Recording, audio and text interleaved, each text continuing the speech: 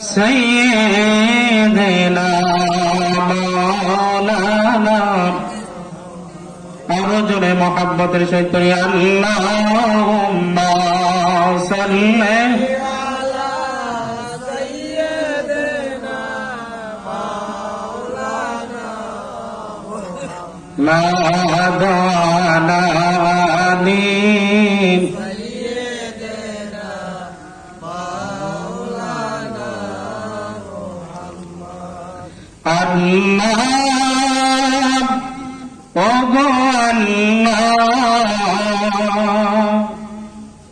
ক্ষমা করে দাও মাফ করে দাও যতদিনে জীবন বিনা বাঁচিবে শপথে চালাও মাফ করে দাও আল্লাহুম্মা সাল্লি আলা مولانا محمد وعلى آل سيدنا مولانا لا إله إلا الله أرجو لا إله إلا الله ما شاء الله لا إله إلا الله لا إله إلا الله لا إله إلا الله এই কালেমার বন্ধু যারা ওরে কাজে লাগবে মরণ বেলায় কালিমার পক্ষে থাকলে মরণের সময় কাজে লাগবে কি লাগবে না? এই কালিমার পক্ষে কথা বলতে গিয়ে যদি কারো শত্রু হতে হয় হব, কিন্তু তারপর কালিমার পক্ষেই কথা বলে যাব, কোরআনের পক্ষেই কথা বলতে হবে। ঠিক না? ঠিক বলেন। মুসলমান ভুলে গেলে চলবে না। মনে করেন যে মসজিদের কোণের মধ্যে বসে বসে খালি তাসবিহ নিয়ে জিকির করব, নামাজ পড়ব, সমাজের মধ্যে হক কথাগুলো বলবো না, তাহলে আপনি প্রকৃতপক্ষে ইমানদার হতে পারেন নাই, মুমিন হতে পারেন নাই। ওয়াহনা বি সাইয়্যিদিল খুদরি রাদিয়াল্লাহু তাআলা আনহু ওয়া আনা সামিতু রাসূলুল্লাহ সাল্লাল্লাহু আলাইহি ওয়াসাল্লাম ইয়াকুলু মান রাআ মিনকুম মুনকারান ফালিয়ুগাইয়িরু বিয়াদি ফাইন লাম ইয়াস্তাতি ফাবিলিসানি ফাইন লাম ইয়াস্তাতি ফাবিকলবিহি ওয়া যালিকা আদাফুল ঈমান। আল্লাহর নবী হাদিস শরীফের মধ্যে বলেন, যদি কোনো ব্যক্তি সমাজের মধ্যে দেখে কোন একটা খারাপ কাজ হইতেছে, এটা যদি প্রতিবাদ না করে, যদি প্রতিবাদ যদি না করে, তুমি যদি হাত দিয়ে প্রতিবাদ না করতে পারো, মুখ দিয়ে করো, মুখ দিয়ে না পারলে অন্তর দিয়ে ঘৃণা করো, ওয়াযালিকা আদাফুল ঈমান, এটা দুর্বল ঈমানের পরিচয়। ঠিক না ঠিক বলেন? প্রতিটা মসজিদের মধ্যে ইমাম সাহেবকে কমিটিরা সহযোগিতা করতে হবে হক কথাগুলো সমাজের মধ্যে তুলে ধরার জন্য। আজকে যদি হক কথাগুলো যদি তুলে ধরতো, তাহলে প্রতিটা এলাকার মধ্যে শান্তি বর্ষণ হতো, ভাই ভাইয়ের সাথে ঝগড়া করতো না, বিবি স্বামীকে বলতো না, সন্তান বাবাকে বলতো না, ভালো আচরণ করতো। ঠিক না ঠিক বলেন?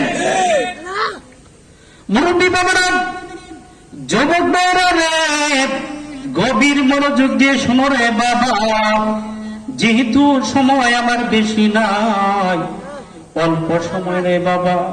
ও বাবা, তোমাকে বলতে চাই, আজকের মাহফিলটা বেহেশতের বাগান। তুমি কেন বাড়িতে বসে রয়েছ?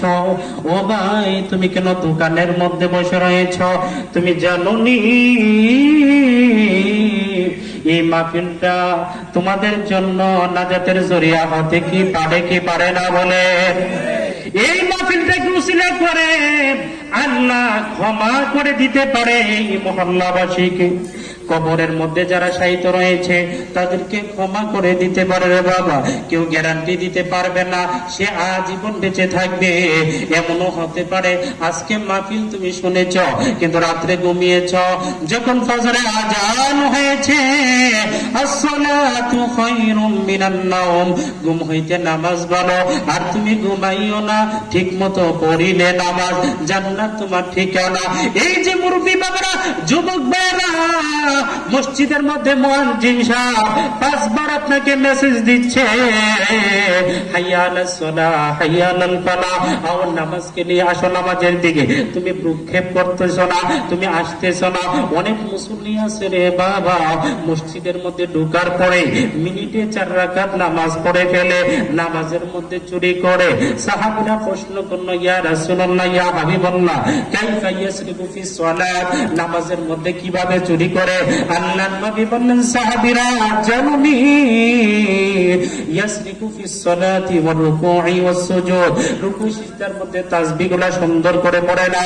আরে ভাই, নামাজ যদি তুমি সুন্দর করে পড়তে পারো কিন্তু তুমি নামাজ পড়ো না, সমাজের মধ্যে তুমি সাইনবোর্ড লাগায় ঘুরো তুমি ইমানদার, তুমি মুমিন। আরে ভাই, ইমানদারের সার্টিফিকেট নিজে লাগাতে পারে না, নিজে দিতে পারে না, তুমি জানো নি?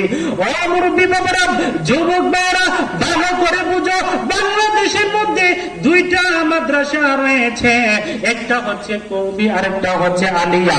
কওমি মাদ্রাসায় যদি আপনি দাওরা হাদিস পাস করেন তাহলে আপনাকে একটা সার্টিফিকেট দেওয়া হবে।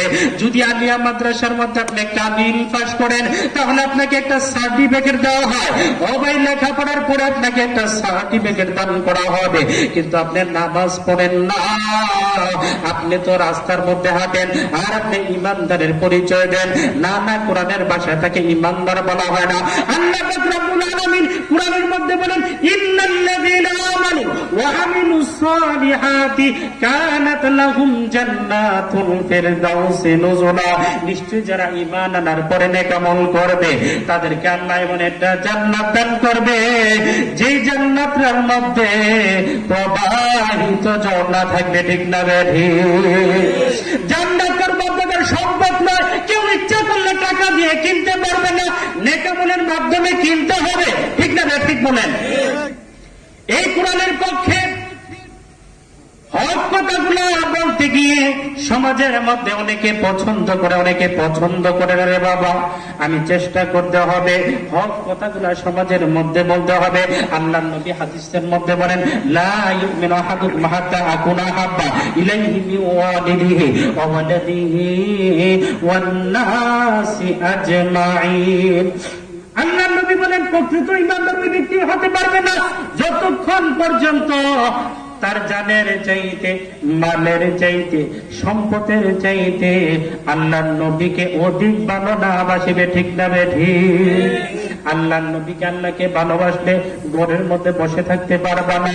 ও ভাই, তুমি কেন বসে রয়েছ? অনেকে চিন্তা ফিকির করে হুজুরের আলোচনা সুন্দর হলে আমি যাব। আরে ভাই, আলোচনা সুন্দর হয় এটা দেখার বিষয় নয়, কোরআন হাদিসের পক্ষে থাকতে হবে। কোরআন হাদিসের হক কথাগুলা বলে কিনা সেটা আপনি দেখতে হবে। বর্তমানে দেখা যায় কোরআনের পক্ষে কথা বলতে গিয়ে অনেক বাধার সম্মুখীন হতে হয়। আরে ভাই, যাই বলেন, আল্লাহর নবীকে ইন্ডিয়ার জমিনে একটা ঘটনা ঘটেছিল। 2টা যুবক আল্লাহর নবীকে ভালোবাসার কারণে, আপনারা জানেন কি জানেন না রে বাবা, যেহেতু সময় অনেক কম হওয়ার কারণে কোন দিকে যাব খুঁজে পাচ্ছি না রে ভাই। আমি দোয়া নেওয়ার জন্য আসছি, আমার জন্য দোয়া করবেন। সবচেয়ে বড় কথা হলো এটা, এদিকে আলোচনা করার মতো সময় নাই, কারণ সময় যেহেতু নাই, 10 মিনিট সময়ের মধ্যে আলোচনা করা যায় না। বলতেছিলাম 2জন ছেলে ইন্ডিয়ার জমিনে, একজন মহিলা আল্লাহর নবীকে কেমন ভালোবাসত। একটা হকারের কাছ থেকে একটা বই কিনেছিল, বইটার নাম হলো রঙ্গিলা রাসূল। এই বইটার মধ্যে আল্লাহর নবীর বিরুদ্ধে কথা লিখলো। মহিলা আল্লাহর নবীকে এত ভালোবাসত, মহিলা বাড়িতে গিয়া 2টা সন্তানকে খাবার দিয়া বাড়ির আঙ্গিনায় গিয়া কান্দে। 2টা ছেলে ঘরের ভিতরে বৈশা খাবার খায়, এক ভাই আরেক ভাইকে বলে, বাইরে মা কান্না করতেছে কেন যেন কান্দে। বাড়ির আঙ্গিনায় গিয়ে মাকে জিজ্ঞাসা করলো, ও মা তুমি কেন কান্দো? কারণ কি জানতে চাই। কেউ কি তোমাকে গালি দিয়েছে? কেউ কি তোমাকে বকা দিয়েছে? মা ছেলেদেরকে বলল, ও সন্তানেরা, আমাকে কেউ বকা দেয় নাই, কেউ গালি দেয় নাই। আজকে আমার স্বামী নাই, যদি স্বামী থাকতো যে এই বইটা লিখেছে রাসূলের বিরুদ্ধে, আজকে আমরা এমন ইমানদারি রাসূলের বিরুদ্ধে কথা বলে, কোরআনের বিপক্ষে কথা বলে আমরা কেউ প্রতিবাদ করতে জানি না, প্রতিবাদ করি না। আপনি ভালো করে জানেন, যদি আপনারা প্রতিবাদ করতে না পারেন, প্রতিবাদ যদি না করেন, কিন্তু ইমাম প্রতিবাদ করেছে, কিন্তু ইমামের পক্ষে আজকে আপনারা নেন কমিটি, কিয়ামতের ময়দানে আল্লাহর দরবারে এই কমিটি জবাবদিহি করতে হবে, কারণ ইমামকে সমর্থন করবে কমিটি, ঠিক না? ঠিক বলেন। আজকে আলেম ওলামারা হক কথাগুলা বলে, কিন্তু যখন তাদের উপর বিপদ আসে তখন আপনাদেরকে খুঁজে পাওয়া যায় না। এর নাম ভালোবাসা নয়, ভালোবাসা হলো সুখে দুঃখে আলেমের পাশে থাকতে হবে, ঠিক না? ঠিক বলেন। আপনারা থাকবেন কি থাকবেন না? আলেমকে ভালোবাসেন তো? তো যেহেতু আসলে আলোচনা অনেক বড়ই, তো হুজুর স্টেজের মধ্যে চলে আসছে, আসলে একটা যে কোনো জিনিসের একটা ব্যাখ্যা করতে গেলে, একটা বিষয় আলোচনা করতে গেলে একটু সময় নিতে হয়, ঠিক না? ঠিক বলেন। কিন্তু আসলে সেই সময়টুকু নাই। আর যেহেতু বক্তা অনেক বেশি, তো আমার জন্য দোয়া করবেন। আমি গরিপুর পশ্চিম বাজার বাইতুল সালাম জামে মসজিদের ইমাম ও খতিব। আমার একটা মাদ্রাসা রয়েছে, কারি আসগর আহমদ ইন্টারন্যাশনাল ইসলামিয়া মাদ্রাসা।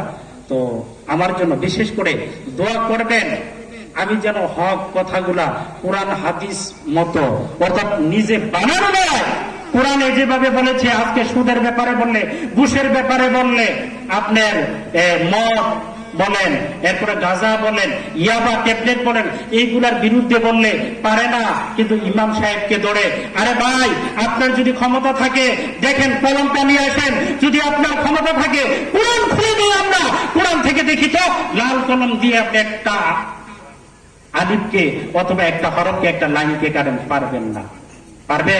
পারবেন না। কোন ব্যক্তি যদি একটা কোরআনের একটা হরফ নয়, মনে করেন একটা সূরা না, একটা পারা না, একটা হরফ নয়, যদি কোরআনের একটা অক্ষরকে যদি অস্বীকার করে, অবিশ্বাস করে, তার ঈমান সাথে সাথে চলে যাবে, ঠিক না? ঠিক বলে। তাহলে আমরা কোরআনের পক্ষে আছি না নাই? আরো যদি কোরআনের পক্ষে থাকবো কি থাকবো না? মাথা নত করলে কার কাছে আমরা করব? আল্লাহর কাছে। যে সূরাতুল ফাতিহা আমরা নামাজের মধ্যে পড়ি, এই সূরা ফাতিহা নামাজের মধ্যে যদি না পড়েন নামাজ হবে না। লা সালাতা লিমান লাম ইয়াকরা বিফাতিহাতিল কিতাব, যেই নামাজের মধ্যে সূরা ফাতিহা পড়া হয় না, ওই নামাজ হয় না। তাহলে এই সূরাতুল ফাতিহার মধ্যে আছে ইয়্যাকা না'বুদু ওয়া ইয়্যাকা নাস্তাঈন, আমরা তোমারই ইবাদত করি, তোমারই কাছে সাহায্য প্রার্থনা করি। ইবাদত করবে আল্লাহর, সাহায্য চাইলে আল্লাহর কাছে চাইবো, মানুষের কাছে মাথা নত করবে না, ঠিক না? ঠিক বলে। আল্লাহ সকলকেই এই কথাগুলোর উপরে বেশি বেশি করে আমল করার তৌফিক দান করুক। ওয়া মা তাওফিকি ইল্লা বিল্লাহ। আসসালামু আলাইকুম ওয়া রাহমাতুল্লাহি ওয়া বারাকাতুহু।